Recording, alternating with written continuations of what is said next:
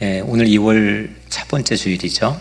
지난 1월 한 달 4주 동안 하나님께서 우리에게 새로운 비전을 주셨습니다. 여명 2020 다시라는 비전을 주셨죠.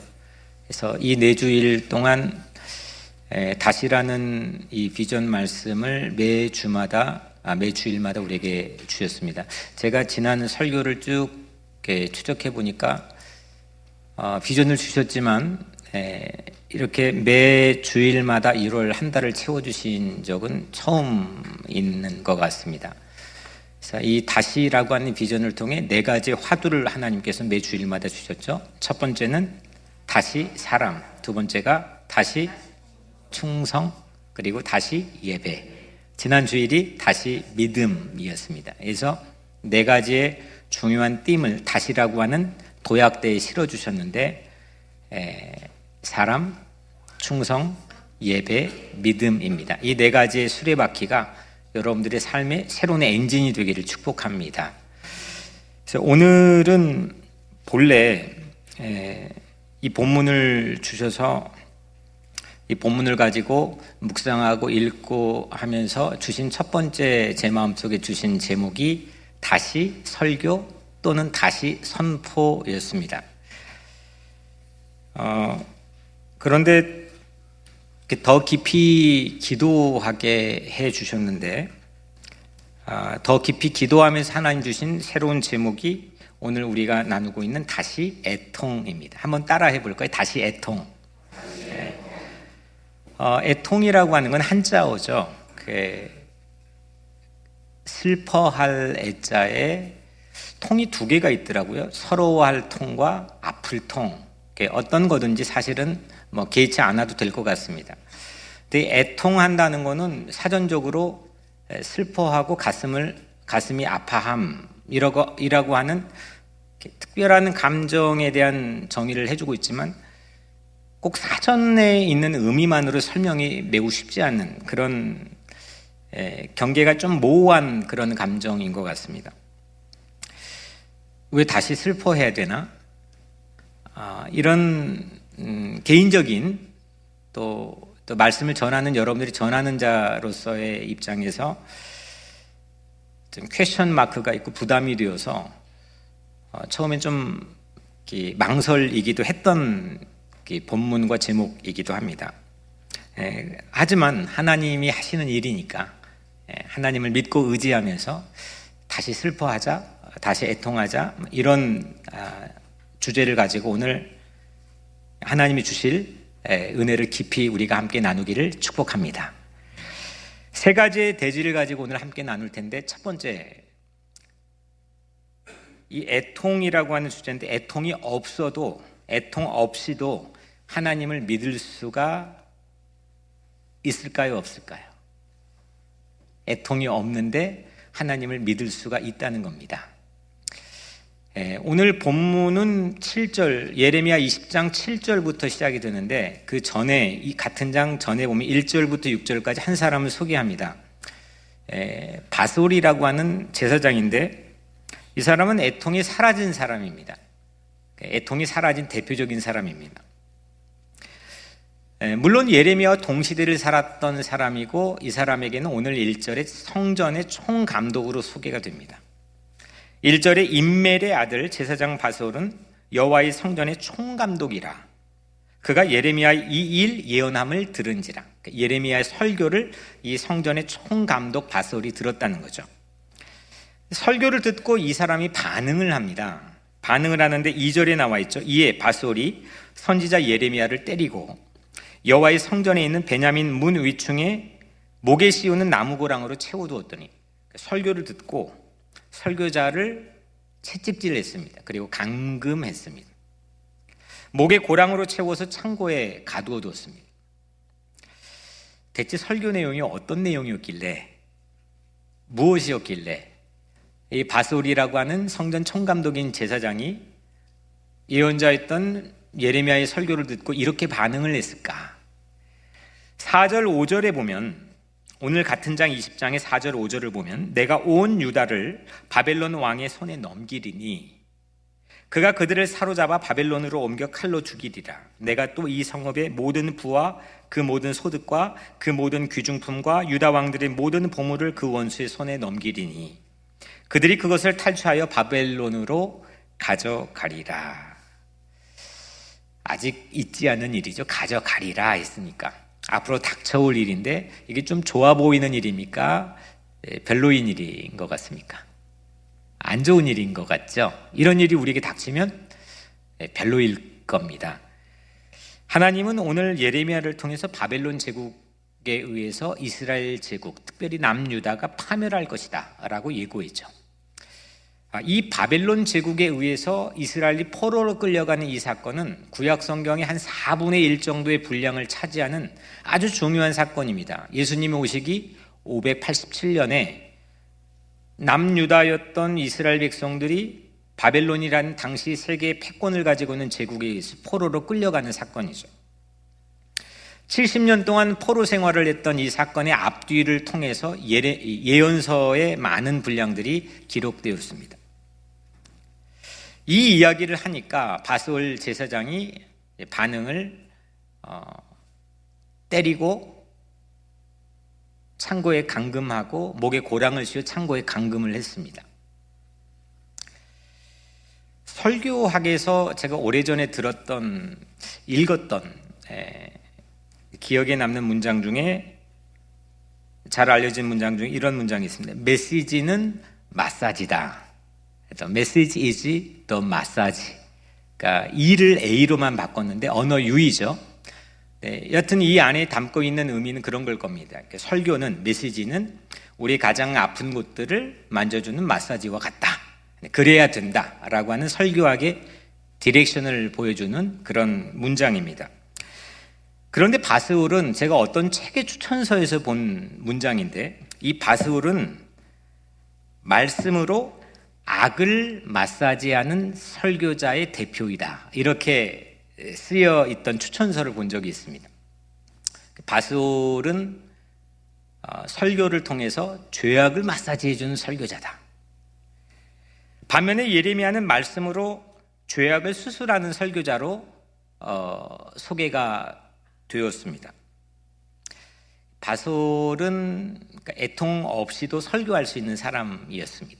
애통 없이 하나님 믿을 수 있는 사람이었고 애통 없이 성전도 총감독할 수 있는 그런 유능한 행정가였습니다. 바스올은 1절에 보면 아버지의 이름이 있죠. 아버지 이름이 누구죠? 누구의 아들입니까? 임멜이죠. 임멜이라고 하는 사람은 24 제사장의 조직인데 이스라엘 24 제사장 조직 중에 최고의 권세를 가지고 있던 제사장이었습니다. 그러니까 막강한 권세를 누리고 있고 영향을 미치는 그런 제사장이 아버지였습니다. 그러니까 이 제사장직을 세습한 사람이 바스올이라고 하는 사람이고 당시에 유능한 성전 경영자로 총감독을 맡길 정도로 유능한 그런 경영자였습니다.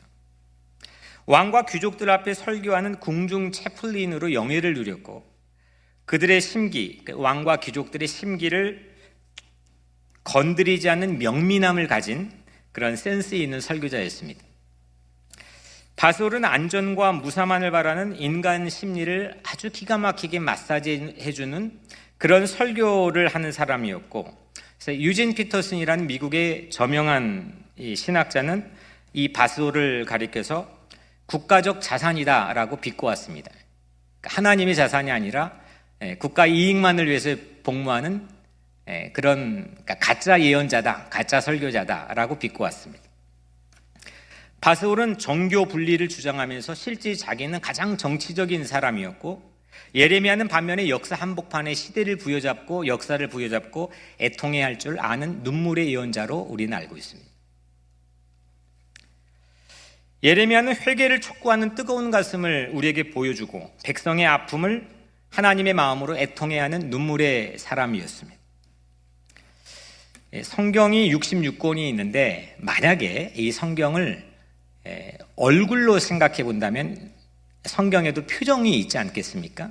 감정을 표현하는 표정이 성경 안에도 있다고 생각해 본다면 성경이 우리에게 보여주는 가장 대표적인 감정 세 가지를 저는 이렇게 생각해 왔습니다. 첫 번째는 사랑, 두 번째는 기쁨, 그리고 마지막 세 번째가 애통이라고 생각해 왔습니다. 지금도 변함없이 그렇게 확신하고 있습니다. 물론 그 이외에도 여러 가지 감정들의 표정들을 성경은 우리에게 보여주지만 이 안에 다 농축해 함축해 생각해 볼 수 있다고 생각합니다. 가슴이 시린데 거기 그 자리에서 기쁨을 찾습니다.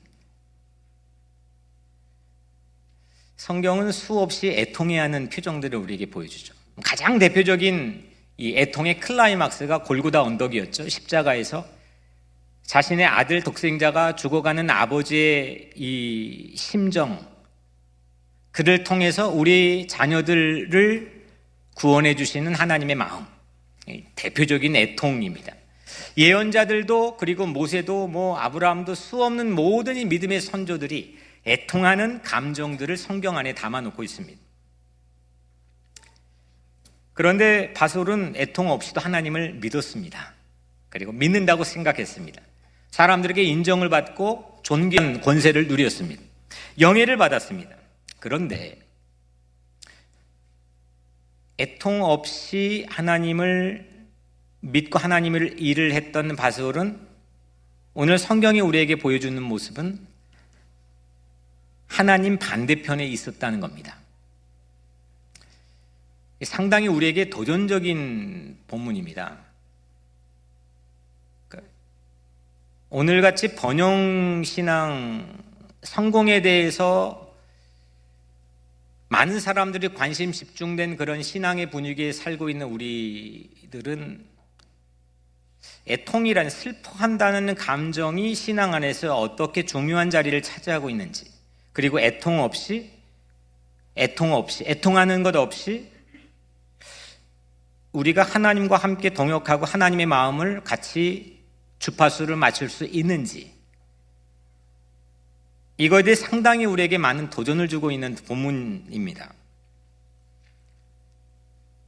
바솔은 마사지는 열심히 했는데 마사지만 할 뿐 여전히 성전을 유지하는 데만 열중했고, 성전에 사람들이 오고 성전세, 헌금을 많이 내게 하고 이런 거에는 탁월한 유능한 행정가였지만 실제 사람들에게 다시 거듭난 삶에 대한 비전을 제시하지는 못했습니다.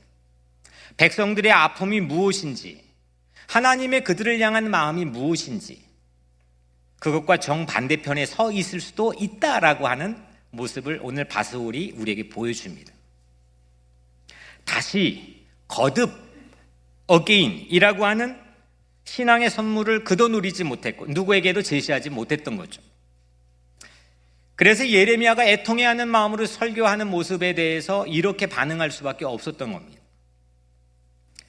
바솔에게는 애통이 전무했습니다. 그러나 예레미야는 애통하는 사람이었죠. 눈물을 흘리는 사람이었습니다. 함께 아파할 줄 아는 사람이었고 공감의 지수가 탁월한 사람이었습니다. 시대를 보고 역사를 보고 가만히 지나치지 못하는 사람이었고 자기에게 해가 미칠지라도 하나님의 애통을 자기 마음속에 표현할 줄 아는 사람이었습니다.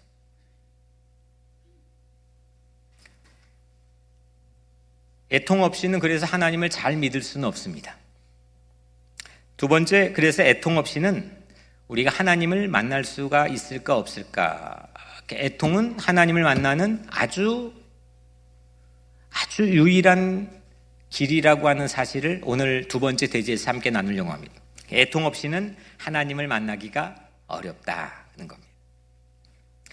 예레미야가 오늘 본문에서 첫 문장, 7절의 첫 문장부터 아주 진솔한 그 감정을 표현합니다. 뭐라고 하냐면 7절에 여호와여 주께서 나를 권유하심으로 내가 그 권유를 받았사오며, 하나님이 나에게 권유를 했고 내가 그 권유를 받았다는 거죠. 영어 성경을 보니까 이렇습니다. You deceived me. 이 권유가 히브리어로 파타인데 영어로는 deceive, 속였다는 겁니다.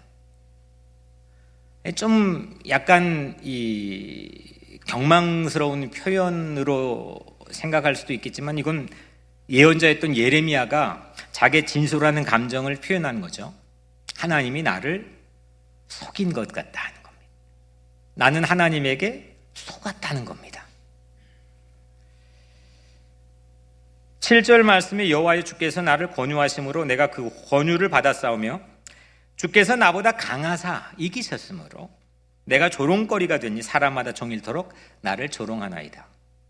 하나님이 나보다 강한 건 알겠는데 하나님이 그런데 나에게 꼭 속인 것 같다. 그래서 이유가 내 주변에 있는 사람들에게 나는 조롱거리가 되고 있기 때문이다. 이런 의미죠. 나는 하나님의 일을 하고 있는데 하나님의 뜻을 전하고 있는데 사람들이 그 하나님의 뜻을 하나도 받아들이지 않고 도리어 나를 조롱거리로 삼고 있다. 하나님이 나를 속인 것 같다. 이런 자기의 표현을 하고 있습니다. 8절 말씀에 내가 말할 때마다 외치며 파멸과 멸망을 선포함으로 여호와의 말씀으로 말미암아 내가 종일토록 치욕과 모욕거리가 됨이니이다. 그러니까 말할 때마다 빠지지 않고 늘 언제나 하나님의 뜻인 파멸과 멸망을 선포했는데 그 하나님의 말씀을 통해서 그 말씀 때문에 내가 종일토록 하루 종일 치욕과 모욕거리가 되고 있습니다. 예레미야의 애통이죠. 이 예레미야가 선자리에 이 애통하는 감정을 이 말씀을 깊이 묵상하고 기도하면서도 그 자리에 서기가 참 물론 부담도 되지만 불가능했습니다. 이게 어떤 마음일까? 물론 추정은 가능하지만 과연 어느 정도의 마음, 늘 언제나 하나님의 말씀을 전하고 우리처럼 오락가락하지 않고 늘 하나님의 말씀을 전했는데 거기에 돌아오는 반응은 사람들의 치욕과 모욕거리가 되고 있다. 하나님이 나를 속인 것은 아닐까? 나는 지금 속고 있는 건 아닐까? 그 심정이 과연 어땠을까요? 여러분들 혹 그런 경험이 있습니까? 무슨 일을 하는데 의로운 일을 하려고 했는데 선한 일을 해보려고 했는데 하나님을 위해서 해보려고 했는데 내 선자리에 뜻하지 않는 어려움과 고난이 닥칠 때가 있습니다. 내가 꼭 하나님에게 속고 있는 건 아닐까? 내게 지금 하고 있는 이 일에 대한 의미는, 정확한 의미는 뭘까? 난 바른 일을 하고 있는 걸까? 난 정확한 일을 하고 있는 걸까? 내가 하나님의 일을 하고 있는가? 나 자신 하나님의 일을 과연 하고 있는가? 이거를 여러분들은 무엇으로 판단할 수 있습니까? 아주 중요한 질문이죠. 우리가 어차피 하나님 믿고 하나님 일을 하기로 만약에 생각한다면 내가 하고 있는 일이 당연히 하나님의 일이 되어야 됩니다. 근데 진짜 이게 하나님의 일이냐? 그걸 여러분들은 뭘로 프루브할 수 있습니까? 되게 많은 사람들의 익숙한 방법, 내가 진짜 하나님의 일을 하고 있다. 저 사람은 하나님의 일을 하고 있다는 가장 익숙한 방법은 사람들의 반응입니다. 사람들의 열광적인 피드백과 또 그에 따른 성취와 또 성공까지 주어진다면 저 사람은 하나님이 함께 하고 있다. 저 사람이 하고 있는 일이 하나님의 일이다. 보통 우리는 이렇게 생각하고 판단하는데 매우 익숙해 있습니다. 그런데 오늘 예레미야는 정반대일 수도 있다라고 하는 걸 우리에게 보여주죠. 사람들에게 어떤 환호나 갈채나 어떤 칭찬이나 어떤 좋은 피드백을 받지 못하고 있고 어떤 것도 성취하지 못하고 있는 상황인데 오늘 성경은 예레미야는 하나님의 일을 하고 있고 바스올은 하나님의 일을 하고 있지 못하다라고 하는 걸 우리에게 극명하게 대조해서 보여주고 있습니다. 상당히 우리에게 중요한 충격적인 도전이 될 수가 있습니다. 나는 진짜 하나님의 일을 하고 있는가?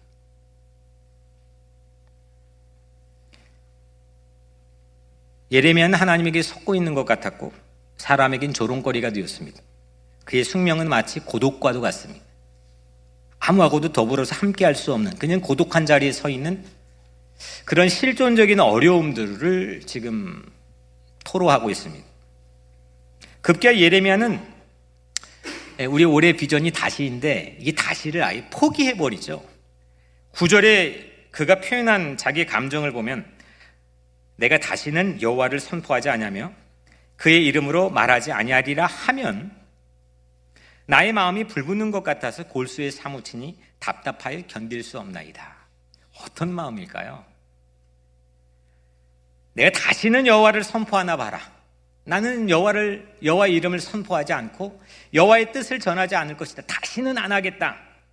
이렇게 하고 싶은 마음이 수없이 든다면 그때마다 예레미야는 희한하게도 자기 마음에 불이 붙었다고 이야기합니다. 골수에 사무칠 정도였고 다시를 포기하고 싶을 때마다 이 마음이 답답해서 견딜 수 없었다고 얘기하죠. 이것이 애통입니다. 애통입니다. 내가 정말 이건 중지하고 싶고 포기하고 싶고 그만두고 싶고 다시 하나 봐라. 이런 일들이 우리 삶에서 왜 없겠습니까? 비단 자녀 양육, 또 내 주변에서 일어나는 모든 삶의 문제들, 수없이 우리에게 도전해 오는 이슈입니다. 그런데 우리는 그때마다 어떤 선택을 합니까? 그냥 놓아버리거나 아니면 그냥 그걸 피해서 시간이 성경에 없는 말인데 요즘에는 마치 찬송가처럼 사용되는 이 또한 지나가리라. 시간이 약이라는 거는 사실은 성경적인 방법이 전혀 아니죠. 그거는 세상 믿지 않는 사람도 다 이야기할 수 있는 일입니다. 시간이 지나가리라, 그 문제 이슈에 맞서서 애통해하는 마음을 갖지 않고 피해버린다고 하는 것, 이거는 예레미야와는 좀 거리가 먼 얘기입니다. 그렇게 하고 싶었지만 안 된다는 겁니다.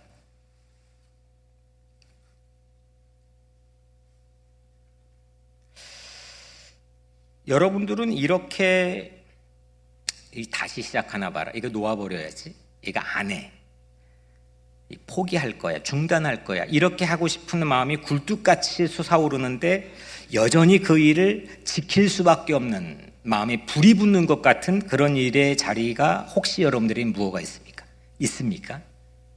무엇가 있습니까? 그렇게 지속적으로 밀고 나갈 수 있는 여러분들의 마치 사명과 같은 그 일이 여러분들에게 무엇가 있습니까? 속은 것 같은데도 지킬 수 있는 자리, 이런 게 어디 있습니까? 속았으면 빨리 이성적으로 계산에 벗어나야죠. 그걸 믿음이라고도 지혜라고도 이야기할 정도인데, 근데 오늘 예레미야는 속은 것 같은데도 그 자리를 지킬 수 있는 자리, 조롱거리가 돼도 떠나지 않고 다시 결코 포기하지 않는 그 자리, 그 일, 그게 여러분들에게는 무엇가 있습니까? 무엇입니까? 이렇게 예레미야의 마음에 불붙는 애통을 우리가 함께 살펴봤는데, 참 공교롭게도 하나님에게도 이와 비슷한 불붙는 애통이 성경에 소개가 됩니다. 호세아 11장 8절에 보면 내 마음이 내 속에서 돌이키어 나의 긍휼이 온전히 불붙듯 하도다. 이게 하나님 말씀입니다. 하나님이 독백입니다. 내 마음은 하나님의 마음인데 하나님의 마음이 하나님 마음 속에서 돌이키어 바꿨다는 거죠. 후회했다는 겁니다. 체인지했다는 거죠. 나의 긍휼이 온전히 불붙었기 때문이다. 제가 신학교 다니면서 석사 논문, 박사 논문으로 7년을 붙든 7년 동안 논문 동일한 구절로 썼는데 그게 호세아 11장입니다. 길지도 않는 1절부터 11절까지 썼는데 그 호세아 11장 1절부터 11절까지의 가장 클라이막스가 호세아 11장 8절부터 9절 말씀입니다. 제가 잠깐 읽어드리면, 에브라임이 내가 어찌 너를 놓겠느냐, 이스라엘이여 내가 어찌 너를 버리겠느냐, 내가 어찌 너를 아드마같이 놓겠느냐, 어찌 너를 스보임같이 두겠느냐, 내 마음이 내 속에서 돌이키어 나의 긍휼이 온전히 불붙듯 하도다. 내가 나의 맹렬한 진노를 나타내지 아니하며 내가 다시는 에브라임을 멸하지 아니하리니 이는 내가 하나님이요 사람이 아님이라. 아멘. 도저히 그 반역한 이스라엘 백성을 버릴 수 없는 하나님의 결론은 하나님의 불붙는 애통 때문이었다는 거죠. 하나님의 불붙는 긍휼 때문이었다는 겁니다. 이게 하나님의 애통이죠. 그것이 사람과 구별된, 사람과 레벨 차이가 있는 하나님의 애통입니다. 하나님의 애통 때문에 우리는 구원을 받게 된 것이고, 그 하나님의 애통하심 때문에 우리는 살 길을, 다시 거듭날 수 있는 길을 얻게 된 거죠. 하나님의 애통이 없다면 우리는 하나님의 구원을 받을 수 있는 길이 없습니다. 하나님이 우리를 사랑할 수 있는 힘은 애통으로부터 옵니다. 예레미야는 하나님의 애통을 받았습니다. 이 하나님의 마음을 받았습니다. 하나님의 마음과 랑데뷰가 만나진 거죠. 다시 안 하겠다고 해도 절대 그럴 수 없게 돼버린 마음, 하나님이 애통하는 마음을 예레미야가 이식을 받았습니다. 숙명이 되었습니다. 다시 하게 하는 힘이 그 애통에 있는 거죠. 그 애통은 우리를 그 하나님의 마음에 도달하게 하는, 그 하나님의 진리와 진실에 도달하게 하는 길이 되는 마음입니다. 애통은 우리의 모든 비본질적인 것들을 씻어내고 우리를 진실하게 세워주는 마음이 애통해야 하는 마음입니다. 그래서 애통은 우리와 하나님을 하나 되게 하죠. 하나님이 내 안에, 내가 하나님 안에 하나 되는 감정, 그 만나게 되는 스테이션이 애통입니다. 하나님의 애통이 내 애통이 될 때 우리는 은혜를 받게 되는 거죠. 하나님의 마음이 내 마음이 될 때 은혜를 받게 되는 겁니다. 내가 원하는 마음을 하나님 안에 발견할 때 그 은혜가 되는 것은 얼마든지 뒤바뀌어질 수가 있습니다. 하지만 하나님의 마음이 딱 하고 내 마음과 주파수가 맞을 때, 그때는 오늘 예레미야처럼 중단하고 싶고 포기하고 싶고 버리고 싶고 다시 하나 봐라 하는데 가슴에 불붙는 애통하는 마음 때문에 그럴 수가 없습니다. 그게 예레미야의 삶 자체인 애통이었습니다. 애통이 우리 각자를 그래서 구원의 자리, 새로운 생명의 삶의 자리, 그리고 치유의 자리로 인도할 줄로 믿습니다. 세 번째, 마지막으로 애통으로만 우리는 참된 위로를 받을 수가 있습니다. 모두 다 우리가 위로가 필요하죠. 여러 가지 다양한 삶의 자리와 환경과 다양한 이유 때문에 우리는 하나님의 위로가 필요한 존재입니다. 하나님이 우리를 만져주시고 또 우리를 위로해 주시고, 그게 우리에게는 너무 필요한 이유 때문에 우리는 신앙생활을 시작하는 경우들이 상당히 많이 있죠. 근데 그 위로가 애통으로부터 온다 그랬죠. 예수님의 설교의 원조격인 산상수훈,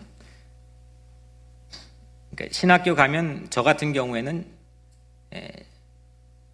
첫 번째 공부하게 하는 게 산상수훈. 그러니까 이걸 풀지 않으면 나머지 바울 서신까지 예수님의 모든 이적과 말씀들이 풀려지지 않는, 가장 어떤 신앙의 본질의 메시지를 던져줬던 예수님의 설교가 이제 산상수훈, 마태복음 5장, 6장, 7장인데 그 중에서도 가장 액기 쓰인 팔복, 마태복음 5장 3절부터 11절까지 있는 8가지 복된 마음. 그 복된 마음의 두 번째가 애통하는 자는 복이 있나니 그들이 위로를 받을 것이며 했습니다. 예수님께서 해주신 말씀이죠. 두 번째 마음입니다.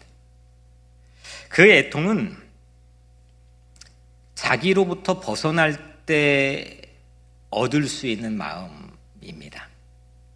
나에게 갇혀있는, 나만 보는 그 이기적인 마음에서는 애통을 만날 수도 없고 누릴 수도 없고 찾을 수도 없는 거죠.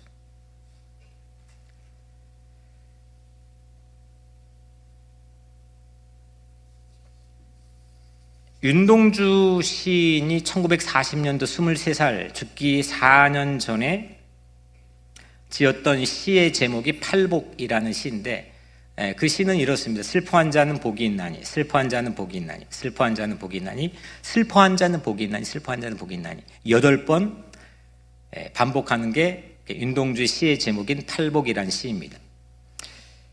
윤동주는 팔복 전체를 애통으로 본 거죠. 그러니까 팔복 전체가 애통으로 봤던 윤동주의 마음은 어땠을까? 무엇일까? 애통은 복을 받는 마음이라고 윤동주는 파악한 겁니다. 애통은 위로를 받게 하는 마음입니다. 우리가 하나님의 위로를 받게 하는 마음. 그리고 종국에 하나님께서 우리를 승리하게 하시는 마음, 그 마음이 애통입니다.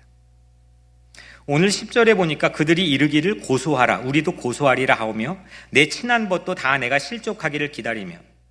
이런 처참한 삶의 자리가 어디 있습니까? 하나님 일하다가 사람들이 나를 고소하라 고소하라고 외친다고 합니다. 그리고 나의 가장 친한 벗도 내가 어떻게 하면 넘어지고 실족할지를 기다리고 있다는 겁니다. 이거를 자기 자신이 파악하고 있습니다. 예레미야가. 예레미야 애통이 짐작이 잘 되지 않습니다. 그가 경험하고 그가 지금 표현하고 있는 감정의 깊이가 무엇인지가 잘 포착은 정확히 되지는 않습니다. 그런데 그 버림받는 직후 그가 애통해했던 이 10절의 말씀, 내 친한 벗도 다 내가 실족하기를 기다리며 라고 하는 그 말씀 직후 11절 그 다음 절에 그러하오나입니다. 그러하오나. 제가 시편에서 말씀을 몇 번 드렸지만 히브리어에 그냥 이렇게 짝대기가 되어 있는 와우라고 한 접속사인데 이건 아무 때나 쓰는 게 아닙니다. 분위기 급전환일 때 시편 연구에 매우 중요한 이슈입니다. 와우, 이거는 however, 그러나, 그러하오나, 이거는 거의 촌절살인을 날리는 그런 순간에 사용되는 히브리어입니다. 오늘 이 말씀에 11절에 그러하오나, 예레미야의 고백이죠. 그러하오나 여호와는 두려운 용사 같으시며, 아멘? 아멘? 네. 여호와는 두려운 용사 같으시며 나와 함께 하심으로 나를 박해한 자들이 넘어지고 이기지 못할 것이며 그들은 지혜롭게 행하지 못함으로 큰 치욕을 당하리니 그 치욕은 길이 잊지 못할 것이니이다. 아멘. 숨 돌릴 틈 없이 애통이라는 이 감정이 주는 위로의 복은 Mighty Warrior, 전능한 용사, 오늘 본문의 두려운 용사, 이 두려운 용사인 하나님이 예레미야 자신과 함께 하고 있는 것을 보게 된다는 겁니다. 여러분들, 내가 많은 사람들에게 좋은 피드백을 받고 좋은 성취와 결과를 얻었지만 하나님이 나와 함께 하고 있는 필링을 전혀 느끼지 못하고 사는 것과 내가 세상에서는 어려움을 당하고 곤고한 자리에 서 있고 사방에 때로는 우겨쌈을 당하는 삶의 자리에 있을지라도 하나님이 나와 함께 있다고 계신다고 하는 확신을, 위로를 받고 있는 사람과 우리 신앙적으로 영적으로 보면 어떤 게 여러분들은 우선이라고 생각하십니까? 후자죠. 물론 때로는 우리가 어려움을 당할 때는 이게 망각돼 버리고 잊어버려 잘 우리 안에서 워킹되지 않을 때가 있습니다. 이게 문제죠. 새로운 용기와 믿음을 가지고 예레미야처럼 나가지 못할 때가 우리에게는 많다는 거죠. 왜냐? 애통에 대한 믿음이 부족하기 때문입니다. 그 하나님이 복되다 하는 그 감정에 대한 믿음이 우리가 확신이 부족하기 때문이죠. 애통해하는 자, 하나님의 일을 붙들고 하나님의 뜻을 붙들고 이 세상을 살아가는 애통해하는 그 자에게 하나님이 주실 위로하심, 마이티 워리어가 나와 함께 하신다는 그 확신이 우리에게는 부족하기 때문입니다.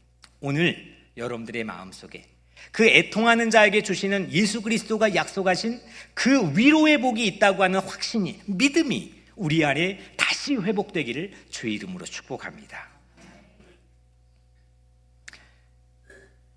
그러하오나, 와우, 이거하고 똑같죠. 마치 마태복음 5장 4절 예수님 말씀하신 애통하는 자는 복이 있나니 그런데 숨 돌릴 틈도 없이 그들이 위로를 받을 것이며. 애통하면 용사 되시는, 나와 함께 하시는 용사 되신 하나님의 복을 받을 줄로 믿습니다. 애통하면 위로를 받습니다. 애통하면 마음이 충만해지고 빵빵해집니다. 애통을 뭐라 쉽게 사전만 가지고 우리가 정의해서 말하기 참 난해하지만 분명한 것은 애통 안에는 신비로운 영적 에너지가 담겨 있습니다. 하나님은 그 애통의 에너지를 통해서 하나님도 일하고 하나님의 사람들을 일하게 하십니다.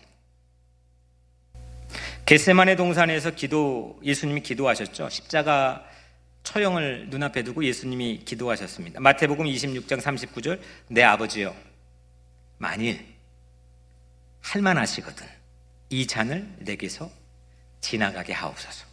그러나 나의 원대로 마옵시고 아버지의 원대로 하옵소서. 예레미야와 어찌 이리 닮았습니까? 예레미야도 내가 다시는 여호와를 선포하지 아니하며 했습니다. 가능하면 이 잔을, 할만하시다면 이 잔을 내게서 지나가게 하옵소서. 그 기도하는 예수님의 삶의 자리에 애통입니다. 다시는 하고 싶지 않은 일을 두 분 모두 다 하고 있는 겁니다. 그런 일을 붙들고 있다. 그런 신심과 사명과 믿음을 가지고 있다. 이게 예수님과 예레미야의 삶의 모습입니다. 하나님은 오늘 우리에게 도전해 오는 거죠. 너는 그런 일을 갖고 있냐는 겁니다. 이 공동체의, 믿음의 공동체인 뉴욕 우리 교회는 그런 일을 품고 있냐는 겁니다. 두 분은, 예수님도 예레미야도 모두 다 그 일을 놓지 않고 있죠. 그럴수록 마음이 더 불이 붙었고 어떤 야합이나 협상도 틈을 타고 들어오지 못했습니다. 종국에 승리했죠. 이겼죠. 살다 보면 우리가 어찌 애통할 일이 없겠습니까? 수 없는 다양한 영역과 분야에서 우리는 애통해야 할 일을 만나며 삽니다. 슬퍼할 일을 만나며 삽니다. 하지만 그게 그냥 휘발성 기름처럼 그냥 슬퍼하고 그 슬퍼한 후에 훅 하고 날아가 버리는 세상적인 그 슬픔, 그게 아니라 하나님의 위로가 약속된 애통해하는 그 감정이 오늘 안에 우리의 무디어진 영혼에 살아나기를 주의 이름으로 축복합니다. 교회 다니며 예수 믿는 우리에게 어떤 애통이 있어야 되겠습니까? 우리 바스홀처럼 어떤 교회는 다니고 있고 성전은 다니고 있고 또 예수 그리스도를 믿고 있는데 우리에게는 어떤 애통이 있습니까? 있습니까? 없습니까? 예레미야의 숙명 같은 이 일이 우리 교회는 어떤 일이 되고 있습니까? 여러분들의 인생에는 어떤 일이 있습니까? 한국교회의 트레이드마크는 애통이었다고 생각합니다. 제가 어린 시절에 80년도 거의 마지막 세대 아니었을까 싶지만은 한국교회의 트레이드마크는 애통이었습니다. 새벽부터 저녁까지 한국교회는 하나님을 향해 부르짖었습니다. 주일 예배마다 제가 어린 시절 봤던 권사님은 하얀 한복을 매 주일마다 입고 하나님을 향해 예배하는 애통이 있었습니다. 나라와 민족을 위해 구구가는 기도원이 도처의 삼천리 방방곡곡에 있었습니다. 오늘날 한국교회는 어떻습니까? 여러 가지를 잃어버렸겠지만 그 중에 가장 본질적인 한국교회가 잃어버리고 있는 것은 애통해하는 기도, 애통해하는 마음이라고 저는 생각합니다.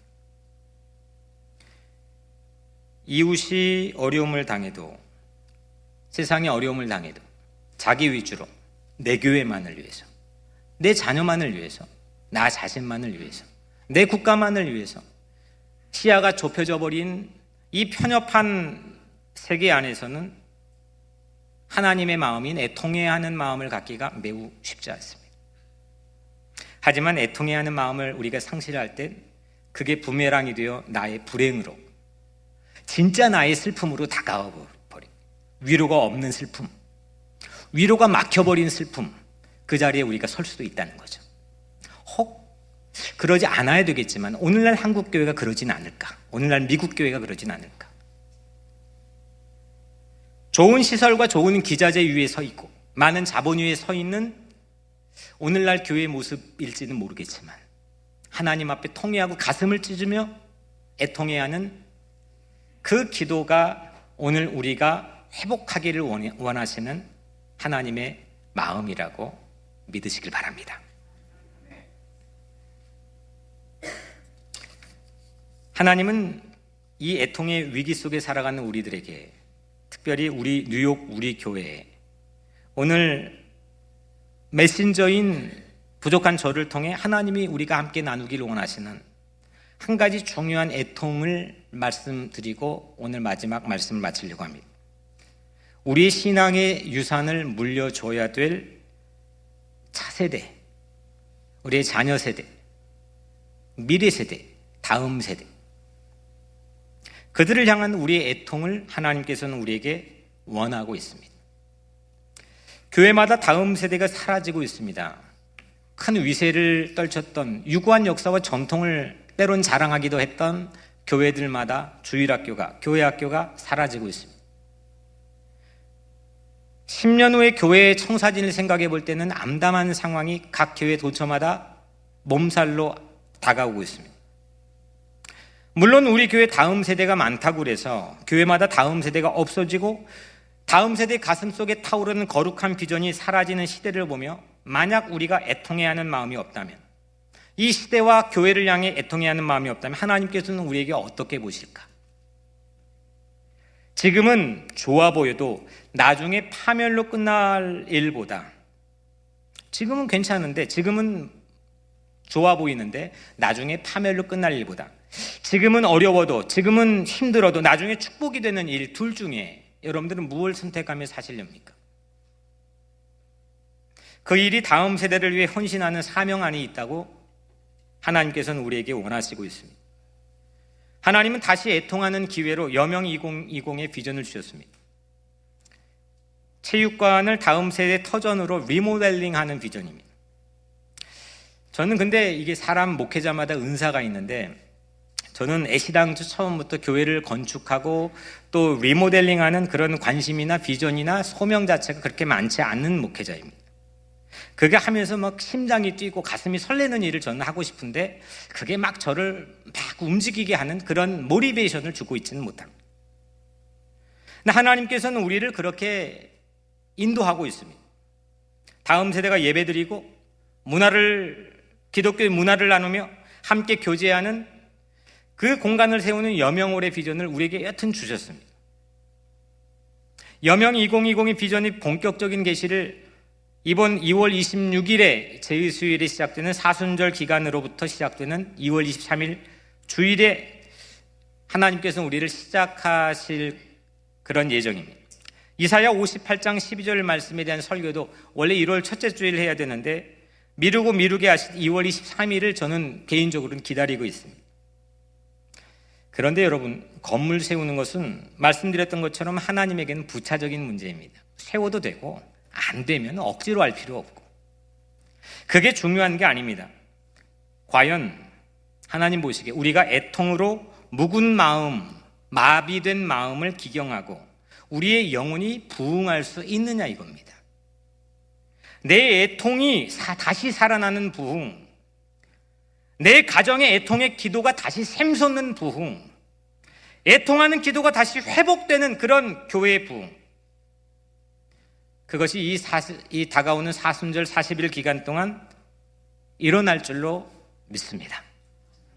그러면 사람이 할 수 있는 일이 아닌, 사람이 계산하고 사람이 생각하고 이야기해서 나눌 수 있는 그런 레벨이 아닌, 그걸 넘어서 버리는 하나님이 일하시는 레벨, 그 영역에서는 모든 것을 이루어 주시는 그런 확신을 이 종에게도 주셨고 여러분들에게도 임하기를 축복합니다. 우리의 리바이벌입니다. 내 영혼의 리바이벌이고 내 가정의 리바이벌이고 우리 교회의 부흥입니다. 다음 세대를 위해 애통해야 합시다. 시대와 교회를 위해 애통해야 하며 기도합시다. 무늬만 다음 세대를 위한 게 아니라 충심으로 정성으로 진실로 그들을 위해 애통해야 하며 기도합시다. 여명 2020 비전을 위해 애통해야 합시다. 우리는 바솔 같은 세상적인 지도자를 키우지 않고 예레미야와 같은 시대적인 지도자를 양육하여 배출하는 요람을 꿈꿉시다. 구한말 명동촌의 명동교회, 수없는 이 구한말 나라를 빼앗긴 암울한 시대에 수없는 애국지사를 키워내고 하나님 믿고 하나님의 비전으로 뭉쳐진 수없는 사람들을 배출해낸 그 명동교회의 꿈을 우리가 함께 꾸었으면 좋겠습니다. 이것이 하나님의 리바이벌입니다. 이것이 곧 애통해야 하는 자에게 줄 복이고 위로하심입니다. 마지막 12절, 의인을 시험하사 그 패부와 심장을 보시는 만군의 여호와여 나의 사정을 주께 아뢰었사온즉, 패부의 심장 안에 애통을 채워 기도합시다. 기도의 응답, 예레미야는 마지막 절에서 그 기도에 대한 응답을 보여줍니다. 마지막 13절, 여호와께 노래하라, 너희는 여호와를 찬양하라, 가난한 자의 생명을 행악자의 손에서 구원하셨음이니라. 애통의 빈곤에 살아가는 가난한 다음 세대를 세상의 악으로부터 구원하실 것이라는 겁니다. 사랑하는 여러분, 속았다부터 시작했는데 찬양하라로 끝마치고 있습니다. 이게 애통하는 자가 보는 삶에 대한 반전이고 분위기의 급전환이며 하나님이 예비하신 축복된 삶입니다. 애통이 변해서 노래가 되었습니다. 애통은 찬양하는 위로의 복을 누리게 해주십니다. 애통 없는 바스올 시대에서 애통하는 예레미야의 복을 여러분들의 가정과 자녀들과 여러분들의 각자 자신과 우리 교회 공동체가 함께 누리게 되기를 주님의 이름으로 간절히 축복합니다. 기도하겠습니다. 은혜로우신 아버지 하나님, 감사합니다. 오늘 우리에게 주신 이 말씀 붙들고 우리의 마비된 하나님의 감정을 회복하게 하시고 하나님을 향하여, 이 시대를 향하여 애통해하는 기도를 회복할 수 있도록 이 공동체를 축복해 주시고 우리 모두에게 새로운 부흥을 꿈꿀 수 있도록 다시 일어나는 역사가 있게 하여 주옵소서. 예수님의 이름으로 간절히 기도드리옵나이다. 아멘.